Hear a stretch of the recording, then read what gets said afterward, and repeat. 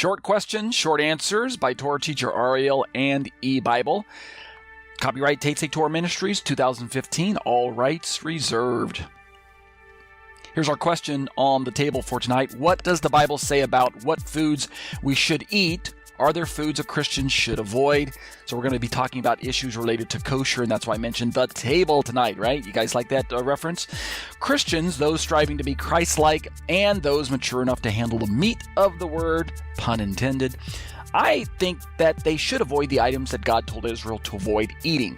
And we're going to be talking about this issue of what we should and what we shouldn't eat, and why I think that we should be keeping kosher. After all, I like to say those Gentiles in Israel who believe in Yeshua Jesus do in fact indeed comprise the remnant, since they are grafted in. Read Romans 11, 17 through 24, as well as Ephesians 2, 2 through 22. Thus, the Torah given to Israel belongs and applies to the Gentile Christians who have been grafted in as well. Many in the Gentile Church often ask W.W.J.D, what would Jesus do? But in my opinion, why not ask W.D.J.D, what did Jesus do? Make sense? Well, I can tell you, he kept the dietary requirements laid down by his father, as recorded by Moshe, that is Moses, in Leviticus 11 and Deuteronomy chapter 14.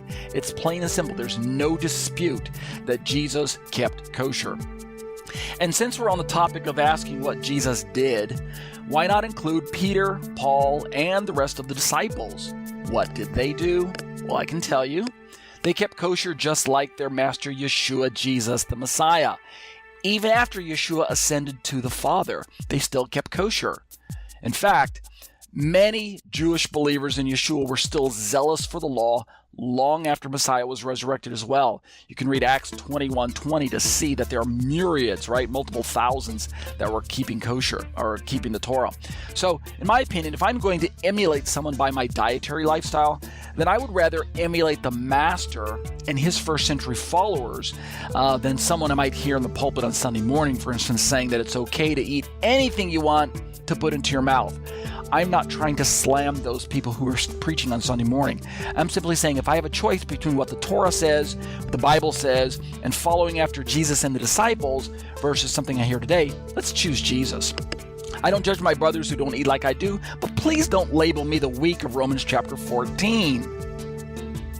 That term, weak, is most likely referring to those unsaved Jews found fellowshipping with Messianic Jews and Gentiles, but who were still investigating the notion of whether or not Yeshua was the Messiah the others were saying he was.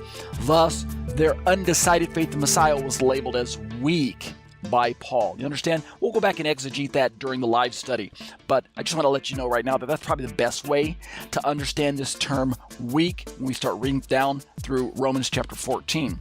Besides, since Paul wrote that letter, and since he labels himself among the strong, if you read Romans 15:1, and since we know he kept kosher his entire life, read Acts 21:24, 24:14 through 16, Acts 25:8, and 26:4 and 5. Doesn't that make Messianic Jews the strong ones?